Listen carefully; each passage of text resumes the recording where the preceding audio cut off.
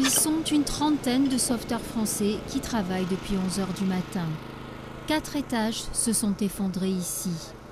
Et sous les décombres vit encore une femme dont les cris ont alerté les passants. Nous sommes obligés de travailler pratiquement à la main, à la pelle et au marteau-piqueur. Donc c'est un travail de fourmi. Évidemment, nous avons pu repérer la victime qui est couchée au sol.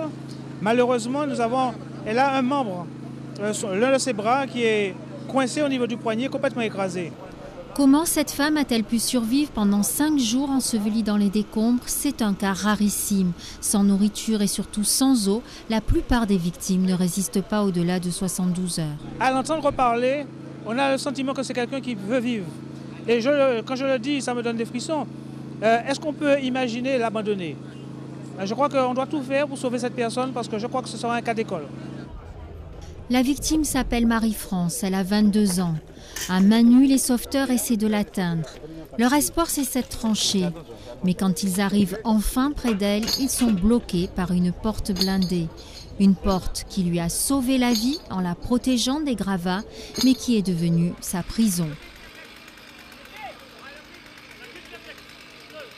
Les sauveteurs attaquent à la scie circulaire, mais 10 fois le disque se brise.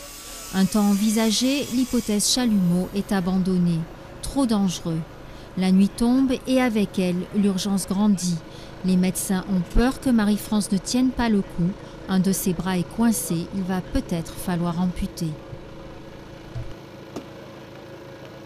Ce sera impossible de la dégager parce qu'il faudrait lever des tonnes de béton pour arriver à dégager son bras. Donc on va tout tenter, mais ça semble, voilà, il faut avant tout penser à sa survie. Les sauveteurs en sont à leur 12e heure d'effort lorsqu'enfin Marie-France peut être extirpée des décombres. Faible, mais vivante. Marie-France est désormais hospitalisée ici, mais les médecins ne savent pas encore si elle va survivre. La jeune femme est dans un état critique et souffre de septicémie.